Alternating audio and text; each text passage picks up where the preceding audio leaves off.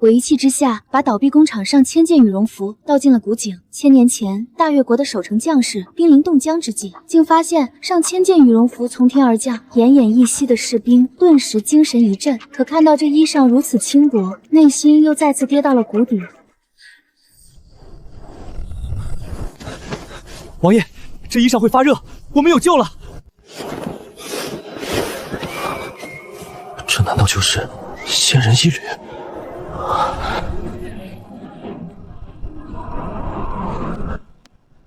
感谢神明的馈赠。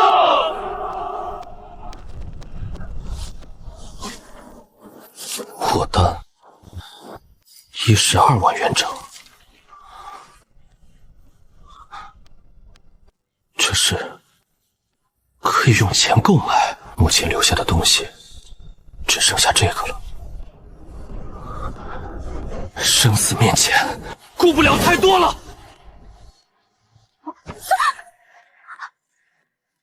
翡翠，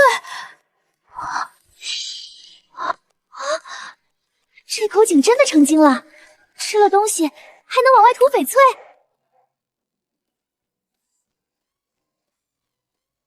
老种翡翠，满绿，玻璃种。小妙妙，这东西舅老爷能直接给你转5000万，但最好送拍卖行，至少能到6000万。1000件羽绒服，8万块成本，换来5000万。爸，你有救了！太神奇了！这仙衣又薄又轻，还暖和，完全不影响行动，我还能高抬腿呢。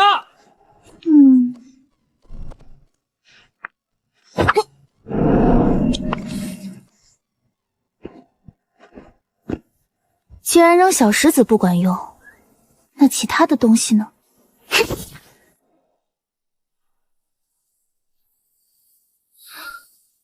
现在有了仙衣，如果还能有仙驴就更好了。哎呦！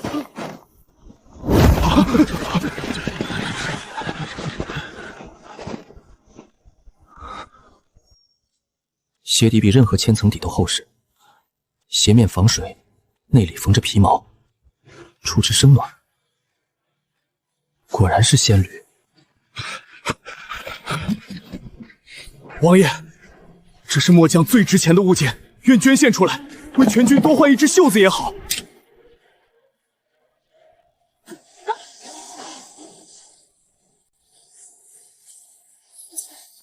好漂亮的铜匕首，神井，你太神了！羽绒服消失不是巧合，翡翠和匕首飞来也不是巧合，衣服和鞋子真的能换钱财。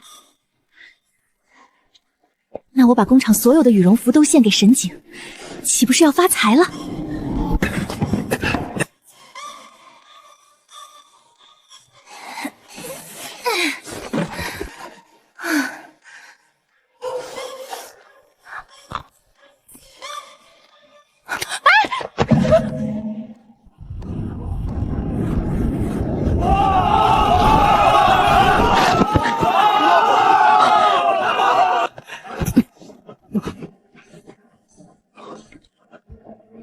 王爷，您不可以身试险，让属下来试毒。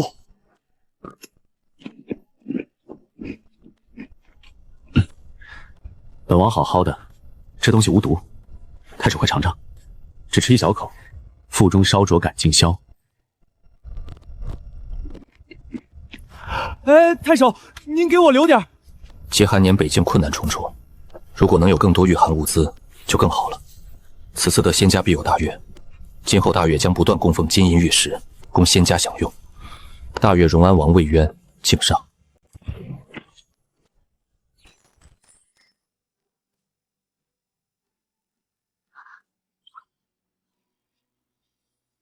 魏渊，那个16岁一挑38，却因天灾消失的少年战神，魏渊，不就是御寒物资吗？羽绒服只是小儿科，真正能御寒的，还得是去南极都不怕的专业防寒服。帽子、手套、暖宝宝，还有吃的，方便面、自热小火锅、八宝粥。我不是什么神仙，我叫江妙妙。你腾出一块地方，500箱泡面马上到。唉，这么多，要搬到什么时候啊？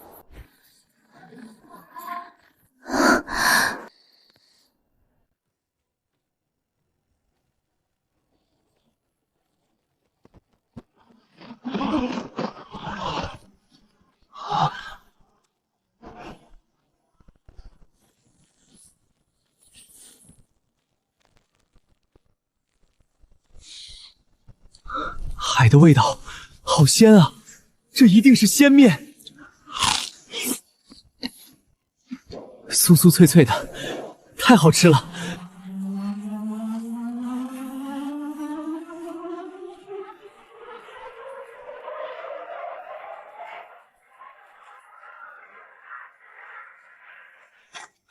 禀王爷，全部物品检验完毕，无毒，可放心使用。什么味儿？好香啊！这是泡面，我根据包装上的毒碱，用热水将面饼泡了3分钟，你尝尝。还能泡着吃啊？有盐，有辣味，还筋道，好吃。有了这个，将士们就不用吃干巴巴的干粮了。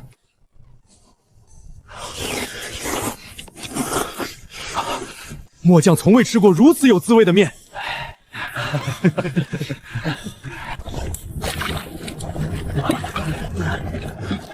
加快速度，让后面的百姓们都能吃上。小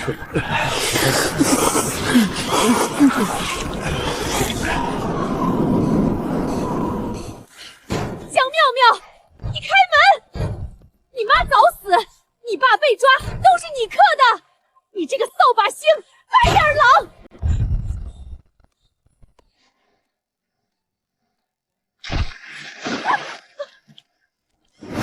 再敢来闹事，下次喷的就不是水了。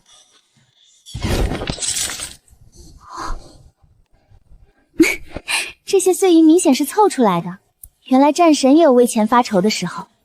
除了金银，还需什么供奉？不遗余力，其他供奉，人算吗？如果能来一个古代将领当保镖，这些财宝放在我身上不安全，请荣安王暂代保管。等收到我的信号以后再送上来。来吧，只要二叔敢动这些钱，监控就会将全部过程拍下来。哦，拿来我看看。小妙妙，你这大月方币市面上绝无仅有，唯二的2枚，一枚在故宫博物院，另一枚在一位神秘藏家手里。你一下拿出3枚真品，成色比博物院里的还好。孩子，你朋友是不是盗墓贼？放心，舅老爷，这些都是我在工厂库井里找到的。除了这3枚，还有好多宝贝呢。我那儿有20多枚。我说的不值钱，是100万以下不值钱。1枚80万，你有多少？舅老爷照单全收。没想到小小的古币这么值钱，手里的20枚能卖1600万。孩子，你好好的，违法乱纪的事儿咱可千万不能干啊！放心吧，舅老爷，妙妙明白。站住站住，小丫头，这里是煤厂，只批发不零售，一车至少20吨煤。大爷，我就是要批发，要28车，共计560吨。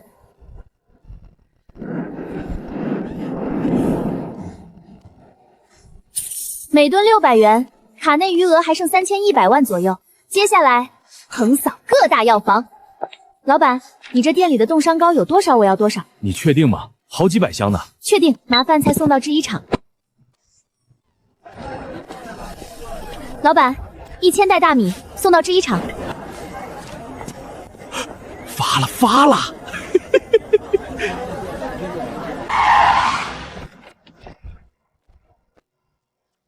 果然来了，江明里带着一帮混混在门口堵我呢，只能翻墙进了。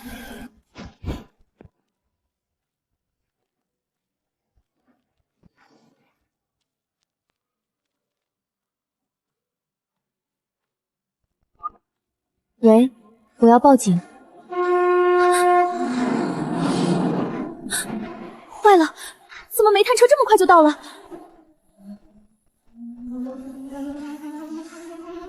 怎么给退回来了？难道妙妙大仙嫌弃这些太廉价，将我救急？你先替我保管几天，回头我给你传信，你再给我扔回来好不好？我现在孤身一人，群狼环伺，没有护卫。来人！王爷，末将也愿去守护妙妙大仙。王爷，末将也愿去守护妙妙大仙。不可！我大岳禁止活人献祭，你们这是让本王知法犯法。江妙妙，你可千万不要有危险，我该怎样保护你呢？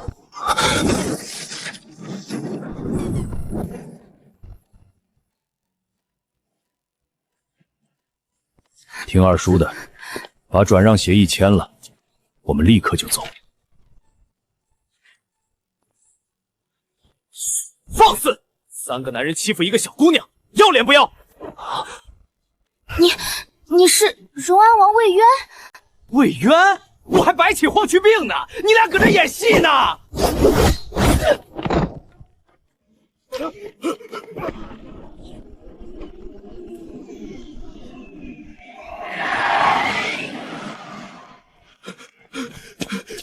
杀人了，警察同志！里面有个凭空冒出来的古代人，穿着黑色羽绒服，拿着剑。警察赶到时，魏渊已经不知所踪。从神井里出现的少年真的是魏渊吗？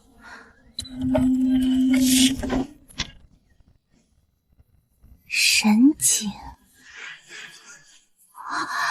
自家神井就是懂事，居然能心所异动。神井，请你把物资传送给魏渊吧。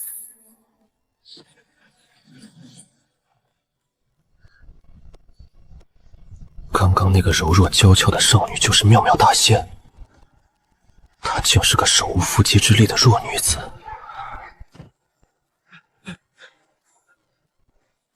王爷请求赐予糟糠，妙妙大仙竟送来白花花的大米，老朽连做梦都不敢这么梦啊！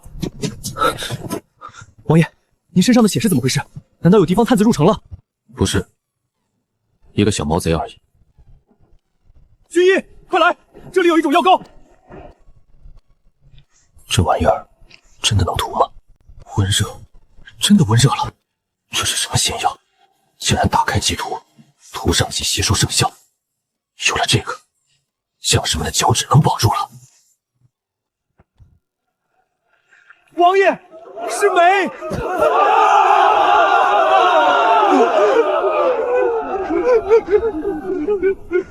快，在边缘取梅，熬粥设棚，依次分给百姓们。我的重担化解了，可是江妙妙的重担呢？那些亡命之徒会不会对她更加凶狠？昨天把二叔和他的狗腿子们解决掉了，接下来可以安心采购物资，把老爸捞出来。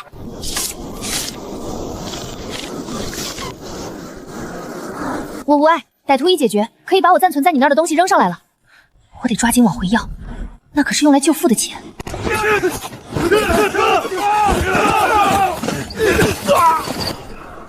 才几天不见，那个大越小将竟然变得面色红润，战意汹涌。大越的支援到了，后退！全体都有，先佯装撤退，待半夜3更再次攻城。王爷，这时候暴露城里有粮，岂不是会引来蒂恩族的疯狂进攻？帝丹主将胡勒木巴生性谨慎能忍，善于偷袭，被他盯上就如同被恶狼惦记。既然这样，干嘛不放出诱饵，引恶狼上钩？王爷是想瓮中捉鳖？今晚有一场硬仗要打，以胡勒木巴的贪吃性格，他今晚大概率会偷袭攻城。报！敌军偷袭！敌军偷袭！不是偷袭吗？怎么来了这么多敌军？保守估计有3万人。敌军此次不是骚扰，是懂真格的，在绝对的实力面前，计谋也未必管用。今晚只能硬碰硬了。货是从义乌发来的，里面满满当当都是小商品。东西都齐了，帽子、围巾、手套10万套，暖宝宝100万贴，护目镜6000副。我就不信服务这么到位，他还黑我的钱财。这是哪儿啊？不是，大爷，你别碰瓷儿啊！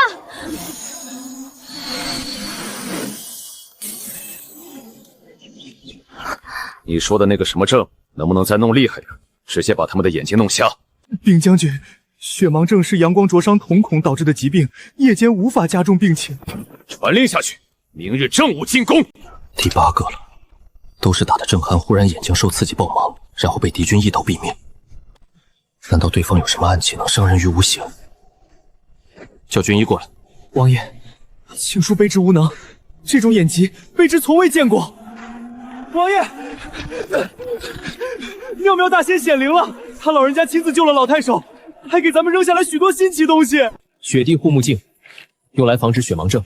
暖宝宝，撕开背胶贴在衣服夹层，等待5分钟即热。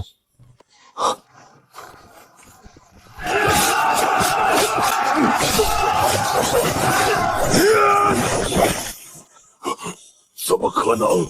你明明中了血盲症，为什么？撤退！快撤退！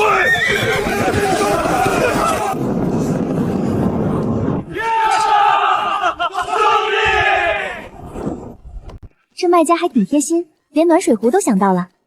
下面烧锅热水不容易，有了这个，热水就能随取随用了。暖宝宝每人贴10片都不嫌多，暖水壶也得是最好的。316不锈钢双层溢奶，100度水装进去，1星期还能剩70度。江妙妙，你个杀千刀的，敢陷害你二叔，让他蹲大牢！不把你二叔救出来，以后就没有我这个奶奶。我奶奶早就死了，在我6岁掉进井里那次，她就见死不救，我奶奶早死了。江妙妙，你还有没有良心？你奶奶都被车撞了，你还要逃跑吗？谁家奶奶要把亲孙女卖了，给他的残疾孙子换彩礼？那只是我堂哥。凭什么他娶不上老婆，要我这个堂妹舍身下嫁，给50岁的老公公换彩礼？这是污蔑！我儿子又高又帅，才没有小儿麻痹。江妙妙，你忘了，高一那年，我一直是你同桌，你总叫我贺小胖。你是贺小胖？你怎么瘦成这样了？往哪儿去？你奶奶都伤成这样了，你好意思扔下她走掉？这小伙子撞的人，你们俩今天谁也别想跑！我为什么不好意思？他卖我是为了给你儿子换彩礼，他全心全意扑在你儿子身上，分明是你的亲婆婆。你的亲婆婆被撞了，你还有空管我？还不送去医院？家主，请陪同上车。妙妙，你得跟我一起去。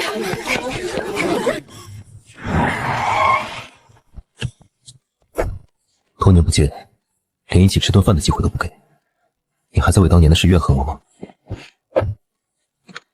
我笑话你倒数第一，你就踩着我考了2年第一，我叫你贺小胖，你就大变样变成帅哥出现，不就是想荣归故里，人前显示吗？这么说，你觉得我现在身材不错，长得也挺帅？江苗苗，我现在的模样你还满意吗？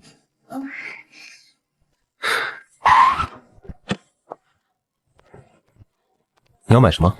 我对这里挺熟的，或许能帮上忙。这个要吗？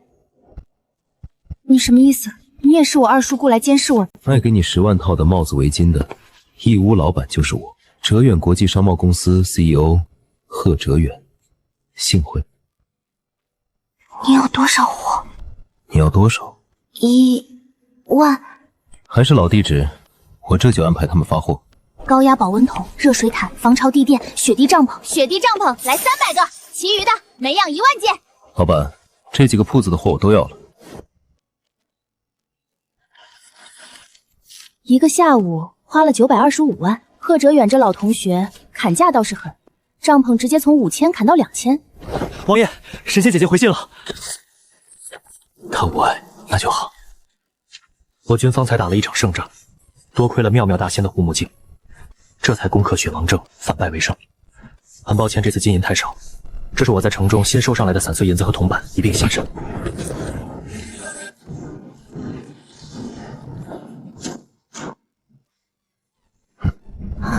感应到神警传东西来了。撞了人赔点钱就完了。我们老太太在医院受苦，你们俩倒在这吃香喝辣。阿姨，赔偿问题有专人对接，不满意可以去法院诉讼。我是来找你的，你奶奶住院了，你身为孙女得去陪床。哦，代表我知道了，但我已读不回，不会给你任何答复。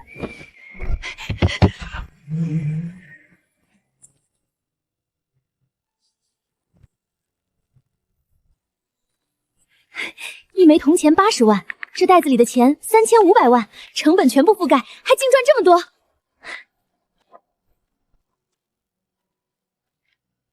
大越真的赢下了关键战役，历史被我改变了。这把青铜匕首2.4个亿，加上白玉冠和黄金发簪3个亿，个、10、百、千、万，1亿1395万，够了！老爸能出来了。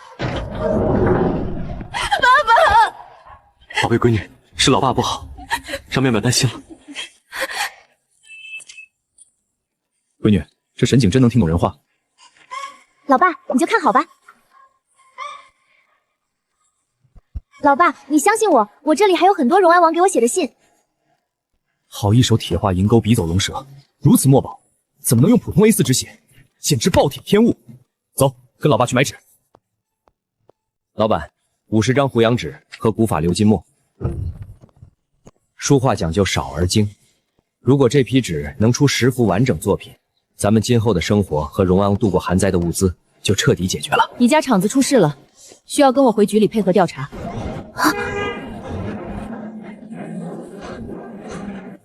什么时候挖的？为什么没水？有没有活物掉进去过？难道沈景的秘密被人发现了？将军才失踪了，最后活动场所就是咱家制衣厂，监控拍到他半夜3点半翻墙进来，朝枯井方向走去，之后人就消失了。沈景，拜托不要把人传送走。平安抵达，没有发现人类尸骨，近期井底没有生命活动过的痕迹。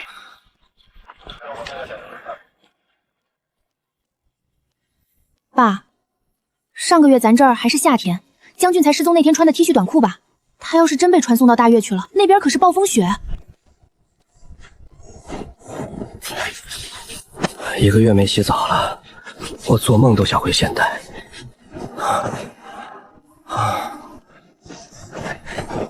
哎呦，过来！你想不想洗澡？热水澡？什么？洗澡？别嚷嚷！城里下了禁令，让人知道我带你偷溜出城去泡温泉，咱俩都得死。温泉？这冰天雪地里竟然有温泉，无论如何我都要去泡。别走！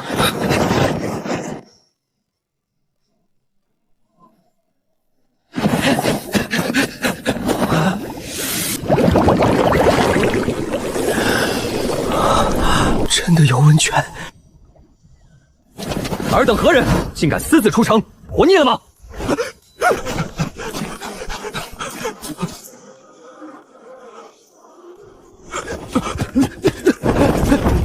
一群废物，连个汉医都找不到。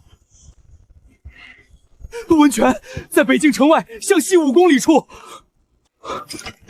那里曾经是神泉，能包治百病，如今重新涌出热水，难道是神仙显灵？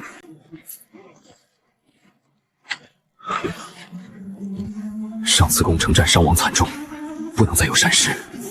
可那是神泉，能治我多年的旧伤。将军才刚才私闯温泉，还跑进了帝湾大院。留人盯梢，一旦胡楞巴靠近温泉，必要活捉。是。现在只收上来纹银5两，铜板20文。北境本就方寒，又被地灯劫掠了一遭，实在没钱了。1000刀油治好了4000将士的眼睛，可我却连像样的银钱都拿不出来。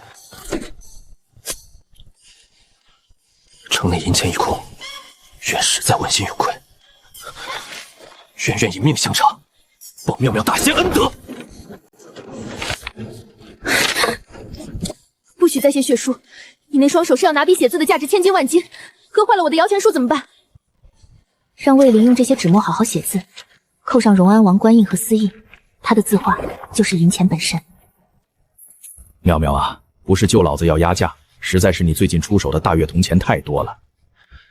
物以稀为贵，现在市面上流通了上百枚，价格早就贬没了。这批铜币，舅老爷只能出价5万1枚来收了。你别误会舅老爷坑你，实在是铜钱多了就不值钱了。舅老爷放心，妙妙明白，物以稀为贵嘛。还有上次那把骠骑大将军的祖传匕首，股东们都在等小鹰的鉴定结果，预计半个月后，你可能得亲自去找一趟小鹰。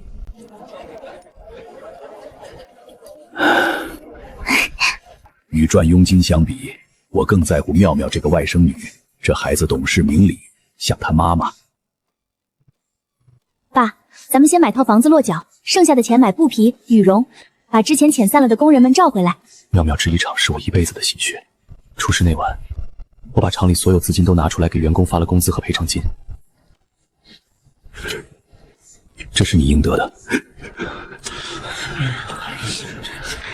厂长，厂子都要倒了，您还给我们发赔偿金，这让我们怎么好意思拿？跟了我这么多年，不能亏待你们。老张，厂子要重启了，以后你愿意回来吗？厂长，我明天就回来。全场108人，回来103人。他们回来是因为认可父亲的为人。爸，这1000万用来运作工厂，咱们不光生产羽绒服和防寒靴，还要生产羽绒被和防寒抗风雪地帐。爸爸都听你的。祖奶奶，您可终于想起我了。我不让你赔新车是想留住大客户，结果你把我拉黑了。我设置了未知号码拦截，上次交换联系方式后忘了存你的号。你连我的手机号都没存。煤油到新货了，补当然补，再加300个燃油加热炉，3000斤煤油。自制雪地帐篷的事儿我也想好了，下午去拜访面料经销商。我当着经销商刘总的面，用打火机烧，用水泡，用酸腐蚀面料样品，面料完好无损，质量过关，签合同。第一批2吨，定金100万。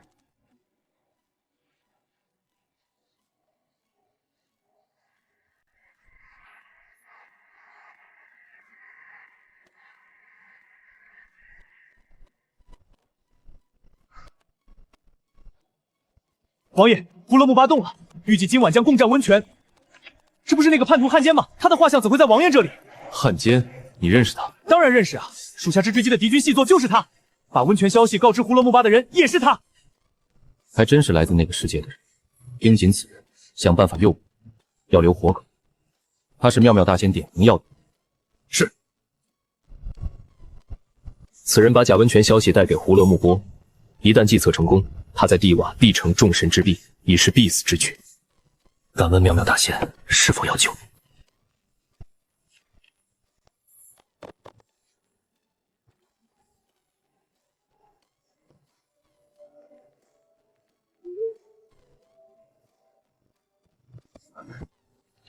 好字，好诗。爸，您倒是说句话，写的怎么样？此字堪称仙品，我能看一看已经是3生有幸，哪里还敢滥竽充策去点评？咱们要发了！荣安王的私印，这得值多少钱？妙妙，这印章恐怕不能卖。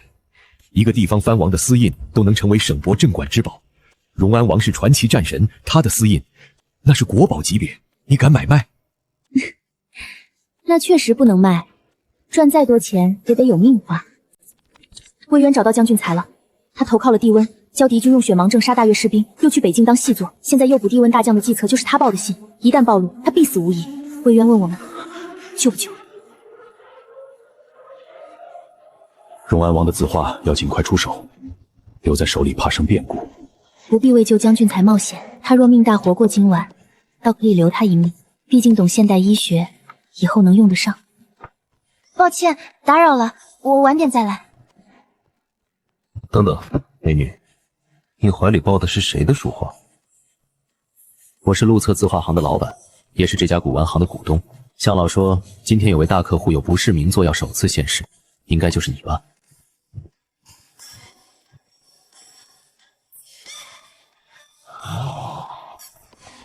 这字可是2小时前新鲜出炉的。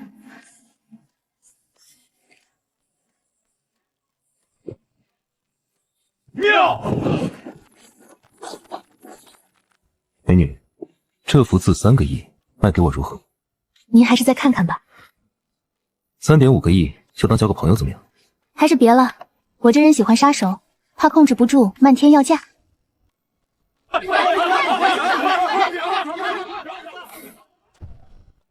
5.8个亿。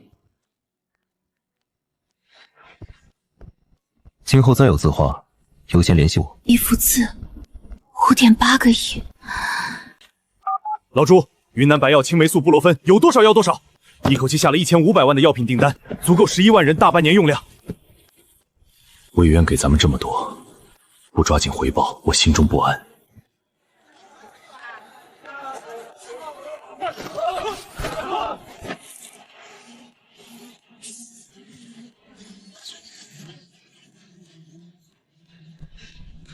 万将军成功蹲守胡勒木巴，斩断敌将4根手指，生擒5人，斩杀42人。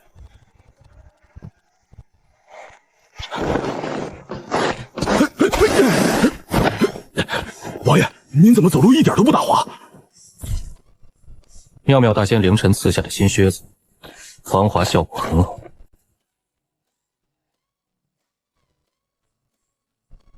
这是他专门送给我的。启禀王爷，末将幸不辱使命，生擒鲜卑小王子拓跋岳及其近臣4名。鲜卑人怎么跟地暗角在一起了？他们20年前因为和亲公主的死早闹翻了。既然知道我们的厉害，还不奉上食物和炭火，恭恭敬敬送我等回去？傅寒看在你们的表现上，或许公公时能放你们一马。休书给你傅寒，最低微的仆人换将军财，3个大臣子嗣各换1000壮丁，你值5000壮丁，外加腿兵100里。我要吃蒸蛋糕、小鸡炖蘑菇、啤酒、饮料、水煎龟、花生、瓜子、八宝粥。我要去北京吃大餐。将军才献的奸计，害我白白折损精锐，还让鲜卑人看了笑话。液化石油旗，这是干什么用的？去把那个名叫将军才的俘虏带来，他是跟妙妙大仙一个世界的人，应该认得这东西。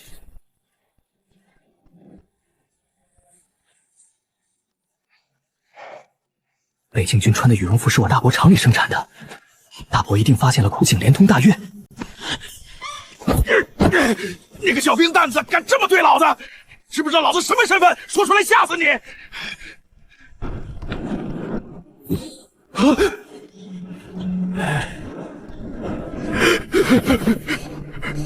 聚魂镜，这东西叫手机。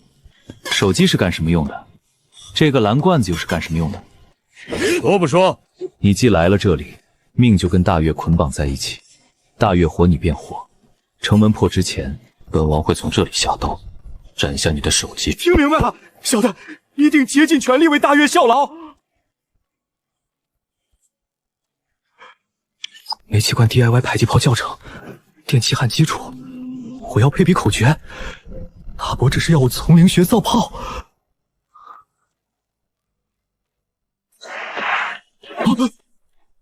这玩意儿能把城墙炸塌。妙妙大仙千秋万岁，吾等叩谢妙妙大仙深恩。妙妙大仙，给你们投递物资的，难道不是我大伯江启明吗？你少跟大仙攀交情，就凭你个人品，给我们妙妙大仙提鞋都不配。王爷，末将请命学习这大炮制作之法，有了此等神器，何愁地庸来犯？王爷，末将请命成立大炮营，由末将统辖，让将军才做副将。末将定赶在敌军来犯之前，造出手机里演示的那种大炮。准。万兵黄秋负责创立大炮营，可在各营挑选精锐加入。大炮营即日起为全军最高级别营队，其余将领不得违令。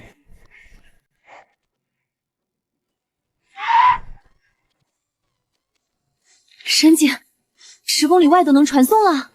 我还没回场子呢，这就传过去了。荣安王还火速成立了大炮营这行动力，难怪能青史留名。妙妙，你那儿丢东西了没？我这刚拿到2袋硝酸钾，一转眼就凭空消失了。老爸，这是被神警传送走了吧？爸，我刚领着运送的白糖的卡车回到厂门口，就看到一道黑影从院墙上一闪，咱家厂子里进贼了。爸，你看这疤，是王少元。二婶娘家那个侄子江俊才升学宴上非要开跑车带我兜风那个。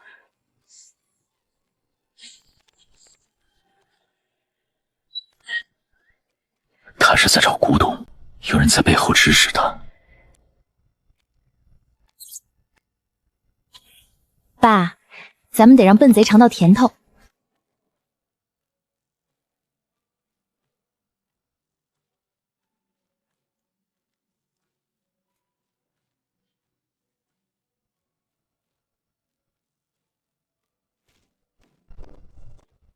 对了，妙妙，下一批古董我放在办公室床垫下面了。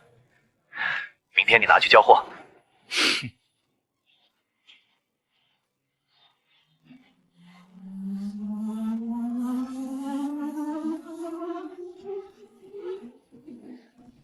我和老爸跟踪王少元，一路来到市中心最豪华的私人别墅区门口，却被安保拦住，只好记下位置后离开。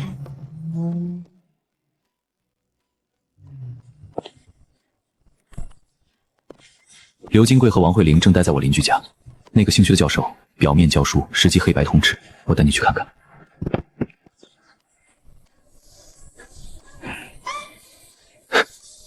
为各女抽结换剂不让不除。果然如此。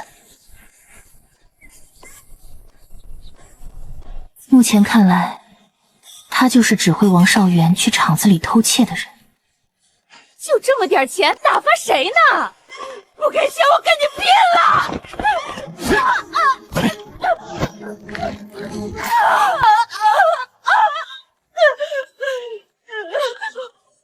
江妙妙，他们是冲着你手里古董来的，下手挺黑。要不这样吧，我在距离你们厂子不远的位置还有一套公寓，里面住了不少明星，安保很严格。你跟叔叔先搬到那里去过渡一下。好的，我回去跟我爸商量一下，回头给你答复。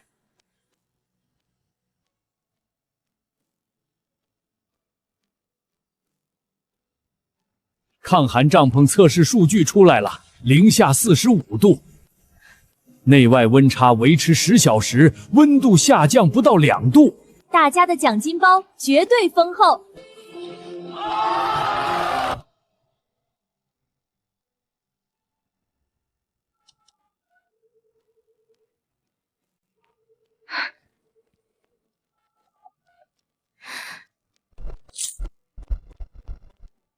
江妙妙小姐，我是王峰，我是刘烨，您的私人保镖。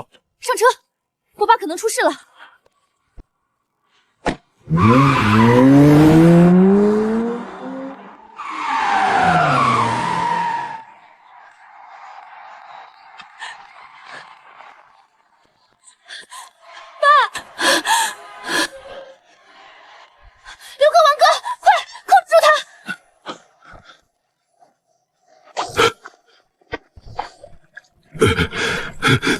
我父亲被什么车接走了？车牌号、车型，往哪个方向走了？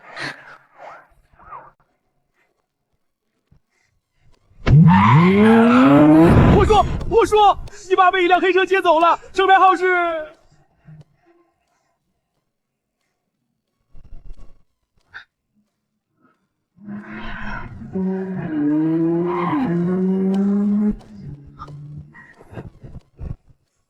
小心左侧那个黑色方壳子。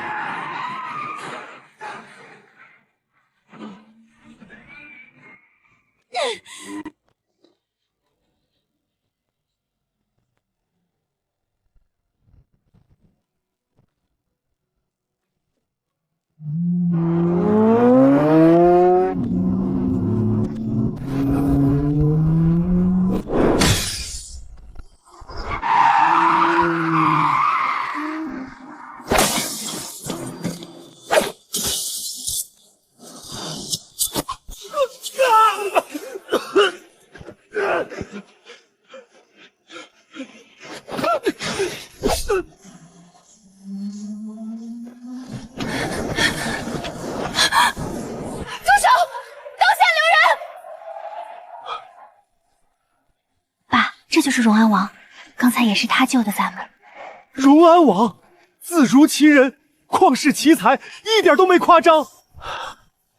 先生，多谢搭救，但官兵快到了，你在这边没有身份文件，被查到不好解释。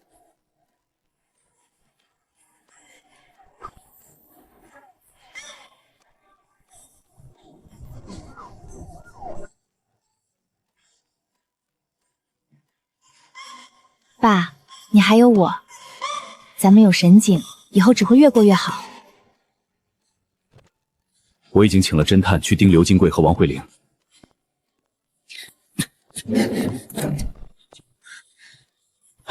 你脑震荡，今天不许工作，上床休息。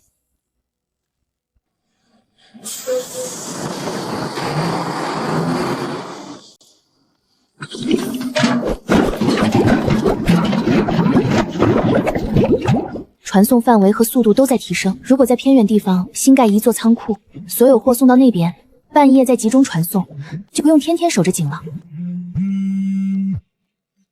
妙妙啊，小英那边有消息了，这2天就能出发去交易的那把匕首，你抓紧办签证。上次魏渊那幅字画，那位买主，那是代拍，真正的买家永远不会公开。代拍，真正的买家8成就是那个薛教授，不然他怎么会1周前就开始跟踪盯梢？20万雇个卡车司机，目标当然不是10万块的古董，而是价值几个亿的天价货。为了一幅字画，能雇人撞车、买凶到国外开枪，几个亿的诱惑，他们什么事干不出来？王峰、刘毅，立刻去办加急签证，去小英的签证，越快越好。在解决薛教授之前，爸不能单独留在国内，一起去找小英，至少身边有保镖。不如我来给你做保镖吧。识别1929日，该挂多少目？我要离开几天，去小英。北京短时间内都很安全，放心出发。你我之间不必演戏。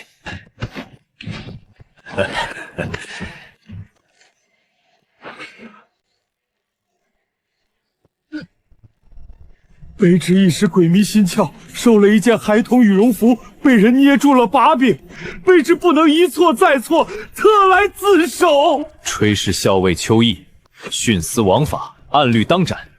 明日5时斩首于炊事营前，全营到场目睹行刑。行贿者是鲜白人，他们要的零食全是当日赠给拓跋月的那些。城内除了鲜白细作，老邱是被人算计。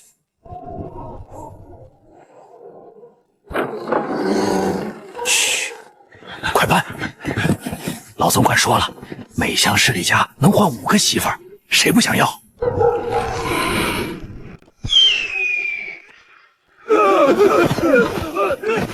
饶命！饶命啊！留着这你的命，带路去交货点。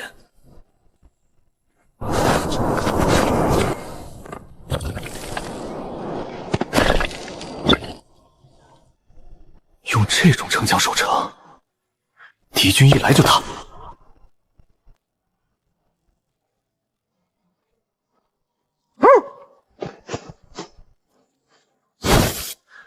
这胖子这么有钱，妙妙大仙需要这些。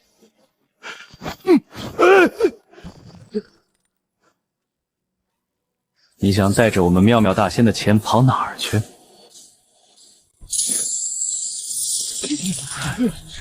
妙妙大仙新投递了10万斤煤油，今后大家帐中都能常燃取暖了。迫击炮造出来了！你他娘不早说！咱们连夜去端了地勇老窝。王爷，王爷，用城墙试炮，万一炸塌了，敌军趁虚而入怎么办？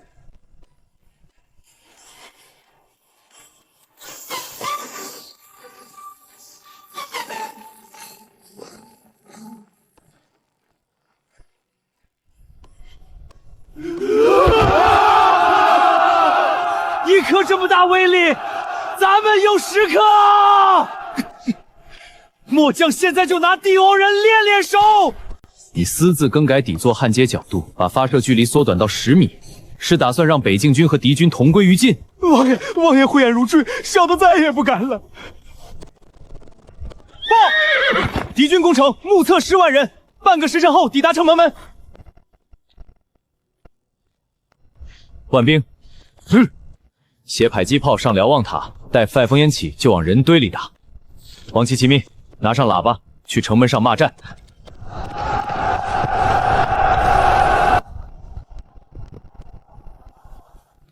江小姐，上次的字画交易很成功，圈内不少藏家都想收荣安王真迹，以后能不能都通过我的渠道？陆总只做字画生意，那倒是跟我家相反。我家祖上留下的古董都是金属器物居多，字画就那一幅。那太可惜了，今后若再发现字画，请一定联系我。2.4亿。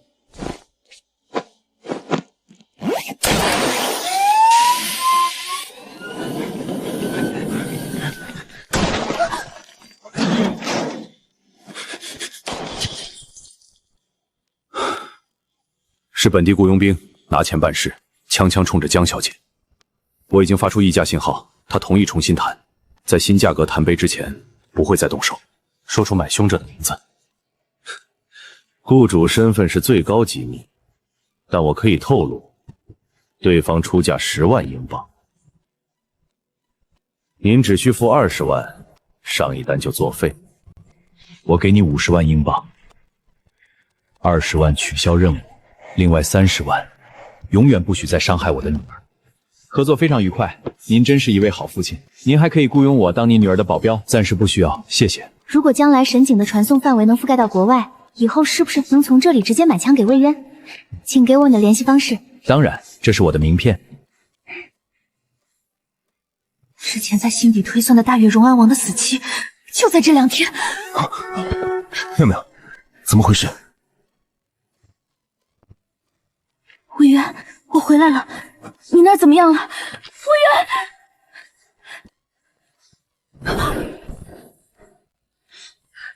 不是吧，我又来大越了？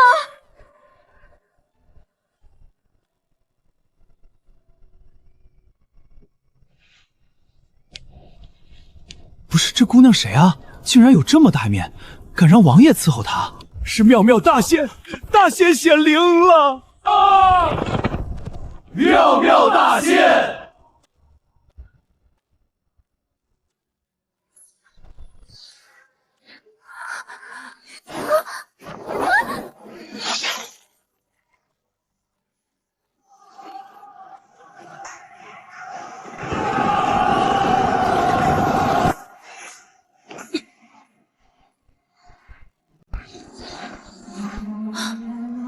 忘了他是战神了，关公面前耍大刀，丢人现眼。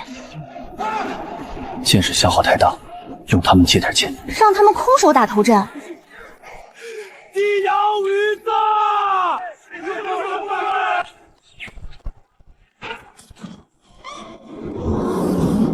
草船借箭还能这么玩？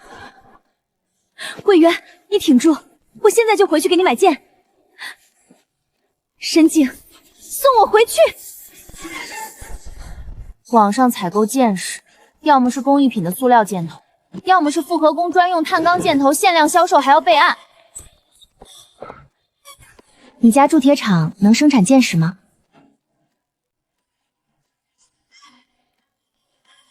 铸铁3棱刺箭头配剑羽，1块3一根，先来10万根。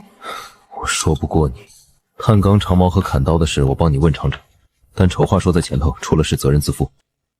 等，敌不动，我不动。他们为什么宁愿在雪里冻着也不进攻？一条藏了刀刃的壕沟就能再拦住10几万人。因为他们被咱的炮打怕了。福洛巴亲眼看见迫击炮一炸死一大片，吓得脸都白了。7枚炮打出去，10几万人没人敢靠前。南门的爆炸范围足有30米。30米？上次测试时只有10米。江灿才私下改了火药背离，增大了爆炸范围。他是想让北京军和敌军同归于尽。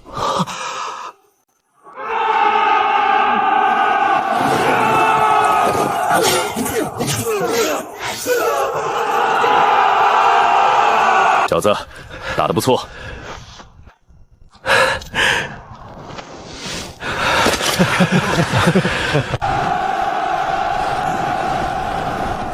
秦军云给咱打了样，咱不能输给外族，先封印全体，给我杀！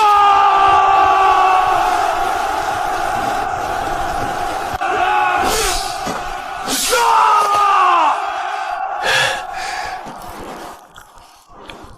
王爷，请下令增援，末将愿亲率大炮营出战。不增援，你去粮库开仓放粮，往南城墙和西城墙扔50万斤粗粮。王爷把人都撤走，是要弃城投降吗？你现在的任务是休息，等我撑不住，你们就是最后一道墙。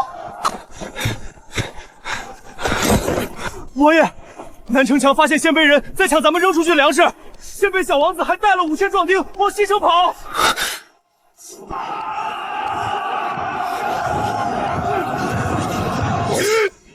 人赃并获，你儿子亲自押送壮丁和金银往北境跑，你的人在南城抢粮装撑，这就是鲜卑对待盟友的方式。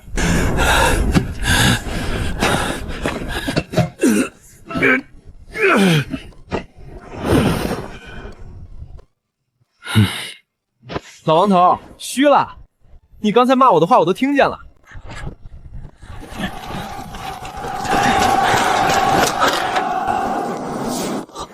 这箭又轻又锋利，连头盔带脑袋一箭射穿。有了这种神兵，我今天能杀100个。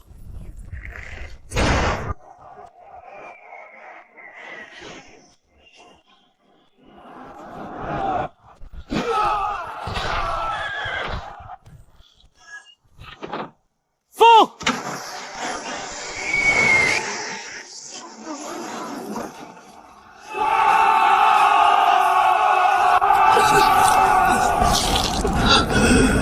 荣安王千岁，妙妙大仙千岁。凭什么都是现代人？他江妙妙是妙妙大仙，受万人朝拜，我就是被看押的奴隶。他今天下凡，连见都不肯见我一面。迫击炮是我教他们造的，这场胜仗首功在我。荣安王收编敌族都能给同等待遇，我凭什么不能当俊才大仙？去通报荣安王，就说我要吃 M9 牛排，喝飞天茅台。现在是冬天，车厘子也该上市了，再来5斤5J 的。喝什么飞天茅台？你怎么不喝麻尿？迫击炮是我发明的，没有它你们早死了。你们荣安王都不敢处死我，你算老几？今天你不抽死我，死的就是你，信不信？龟哥冷静，他确实每天被万将军带走，身上总有火药味儿。万一迫击铺真是他搞出来的，你杀了他，咱们担不起。就凭他，若真是他，王爷早嘉奖了，怎会让你我看押？看，万将军亲自来接我了。你叫棍哥是吧？老子告诉你，你死定了！扒开他的狗嘴，先拔4颗牙，以示警戒。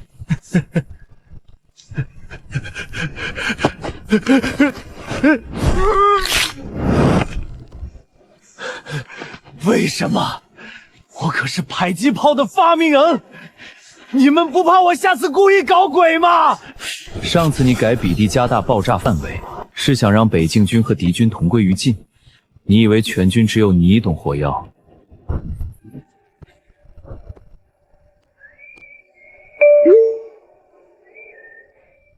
？22万一把，10把附送2箱子弹，有没有更便宜的？15万一把，能打猎能作战还不挑食，只要神警能传送过去。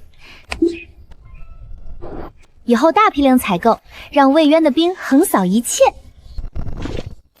啊，这一仗赢了，这是给我的。荣安王还挺会搞钱，买枪的钱有来路了。天亮后送你一份谢礼，不要离开。漠河工地用车，尽快调货。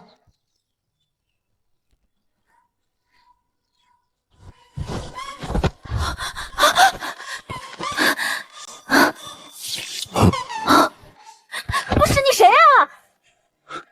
醉将秋意，大岳炊事营校尉，因贪污羽绒服一件被判斩首，王爷偷梁换柱，送罪驾来保护妙妙大仙，求大仙收下罪降。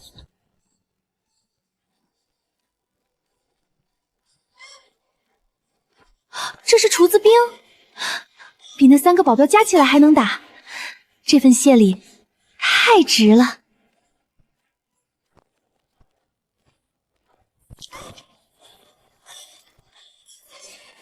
这位是？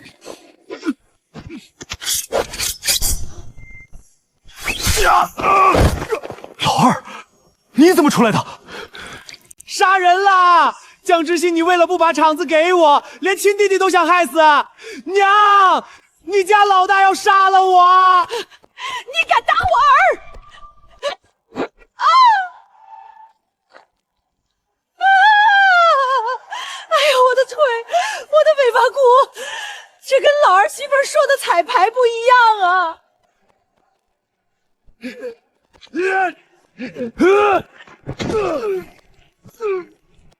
再敢动妙妙一根指头，我让你一家都流落街头！娘，那套别墅还写着我的名字，你再找妙妙麻烦，我不介意盘上门收房。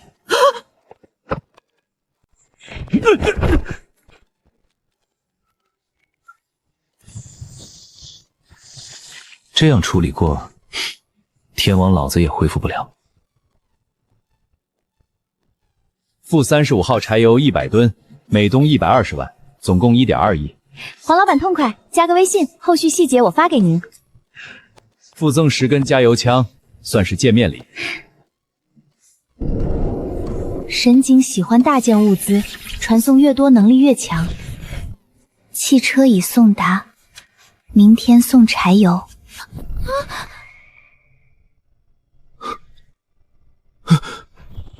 抱歉。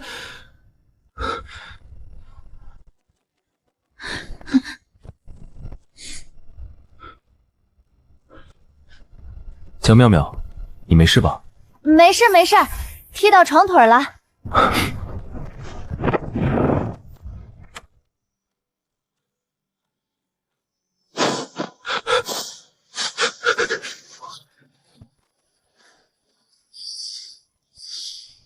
王爷，您身上怎么有股姑娘的香味儿？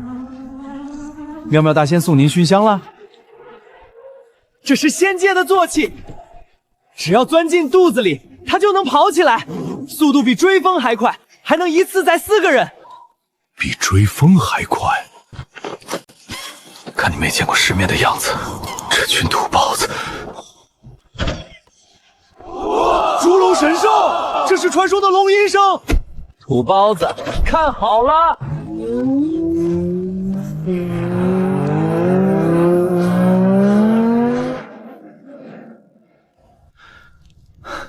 王爷脉搏清晰，身体康健，唯有心火旺盛，全身刀汗，津液沸腾，是相思症。相思症？你再说一遍！王爷绝没有接触过任何女人。王爷昨天用仅剩生的剑士救了一个鲜卑美娇娘，肯定是她。娶鲜卑侍妾当王妃，不合大越律法。江妙晓，你是救世神明，而我只是被你救助的芸芸众生。18幅，每幅按3个亿批发价算，54亿。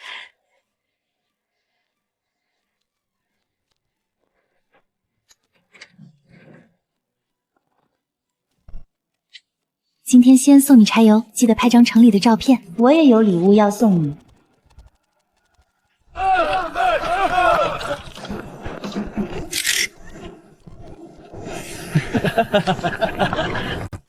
听说王爷病了，末将不想拖累全军，才冒险出城偷地轮的白泥。用冰雪取代白泥垒筑砖块，垒好后将开水。冰雪遇到石块和夜风，会冻成冰墙，比白泥更坚固。3000万！妙妙，你让我修补城墙，确定不是那款造城市的机制游仙？不信你去找舅爷求证。图纸要求发我，什么时候能去实地考察？10辆满载柴油的铀罐车从开始到结束只用了2分半，能量波的颜色比之前更浓郁了。能带人一起去大悦吗？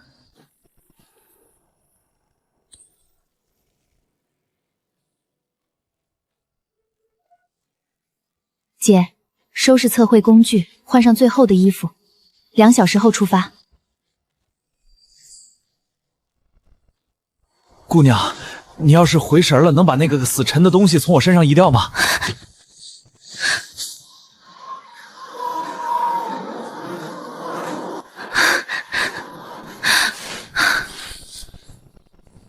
你是说这城由我亲手设计，从零规划？那还等什么？上车测绘！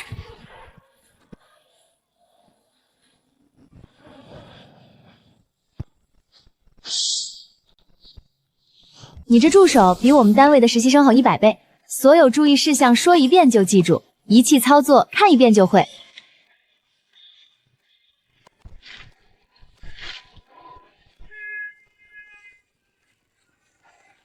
那女人是北境的妙妙大仙，活戳她，咱们就也能有大米和肉了。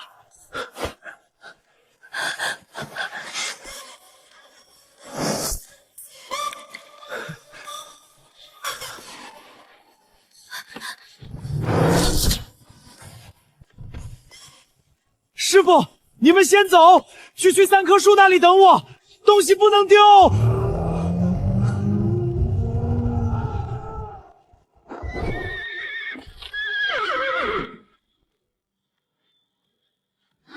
抓紧！箭矢射穿了掌骨，骨片碎了，碑只能缝合伤口，但无法让骨头再生。没了掌骨，将军这只手从此废了。我带王启明回现代做手术，植入人工骨，但传送活体消耗太大，2天内不能再传人。表姐，你得在这儿待2天，快走，别管我！他的手要是废了，我内疚辈子。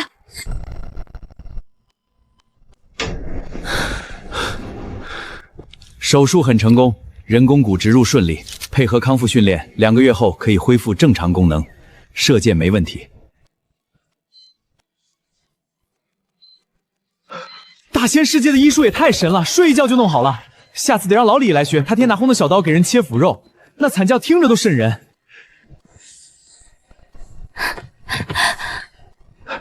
仙女姐姐别哭，师傅说2个月后就能拉弓了。成功了就好，你都不知道我这2天担心死了，晚上都睡不好，就怕手术不成功，王将军落下残疾。我的座下大弟子，你脸怎么这么红？是发烧了吗？要不要量一量体温？不用。老李，快来参观我的手。你看这固定器，固定的如此牢固，故体却不增，还能正常穿衣吃饭。天上的医仙手怎么能这么巧？李医官，我找了给王将军做手术的专家，要了些手术视频和外科资料，转行成了大阅文字。你先自学基础，将来还可以去我们那边拜师学艺。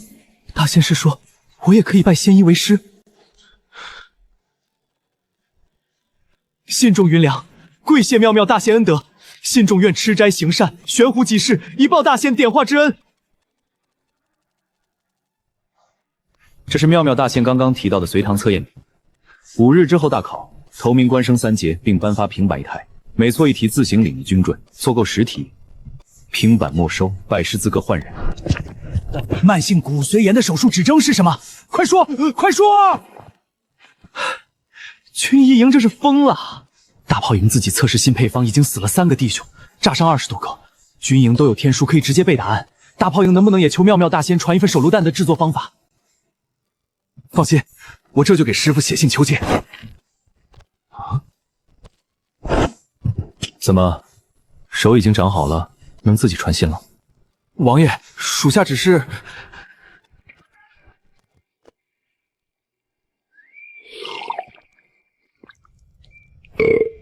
王爷，你一口都不给属下留，若是我师傅得小，那本王就把你的舌头割了。要新武器是好事，但你就打算白白索要，这些东西妙妙大仙也是用钱买的，他刚送来80辆车，每辆在仙界都要掏空一个家庭多年积蓄。末将知错，可是城内已无金银可献。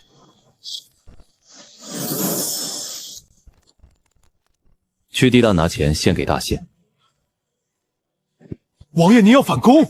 这次行动是私筹，不代表北境军，所得金1成归个人，9成献妙妙大仙。天黑出发，可有异议？单凭王爷吩咐。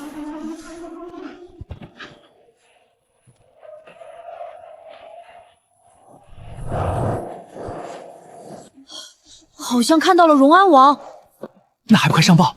王爷一定是被敌军掳走了，快通知老太师出兵营救。跑这么快，还没冷风割脸，仙人的坐骑就是不一样。仙家说这叫汽车，姓氏长城，表字炮，全名皮卡车。最大优点是一趟能拉5个人加5枚迫击炮。用锡纸包好，一丁点反光都不能漏。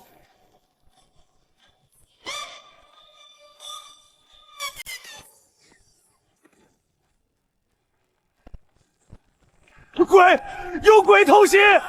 地里钻出无数幽灵，门碎了！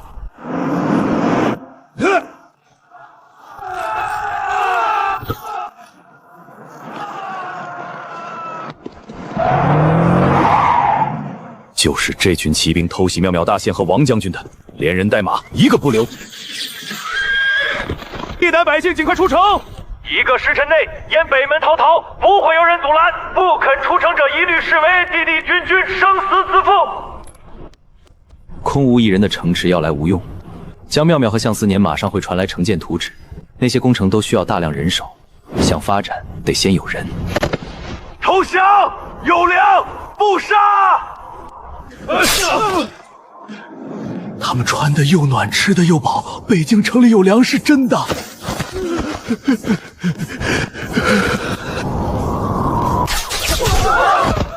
我看谁敢逃！大王亲令，叛逃者杀胡射！叛者杀无赦！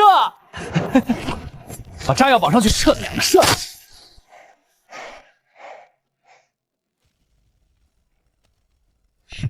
还想拖延时间？老子今天敛财，哪有空跟穷鬼耗？外面地党百姓腿都冻掉，这里还在给贵人修防滑道，这些奢侈，腐败到这一步，活该亡国！一会儿非抓几个贵族扒光衣裳，让他们也感受一下。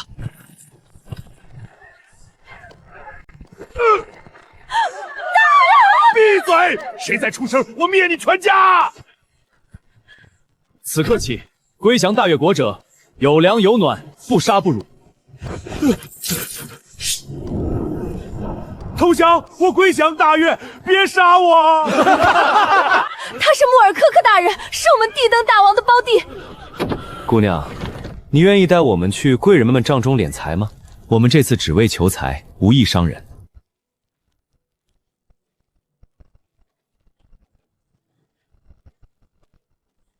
师傅看到这些肯定高兴。购买多少猪蹄？不对，购买多少手榴弹了？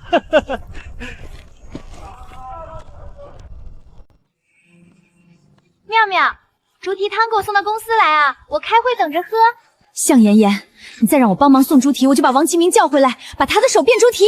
哎呀，同事叫我开会，先挂啦，拜拜。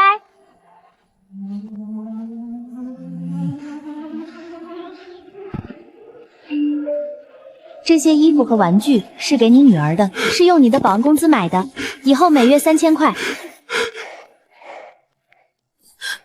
是薛教授出事了，昨天晚上他的车被重卡撞击，从山上滚下去了。更蹊跷的是，这些照片是舅老爷向思年发的朋友圈，还特意艾特了我，他有危险，我得去找他。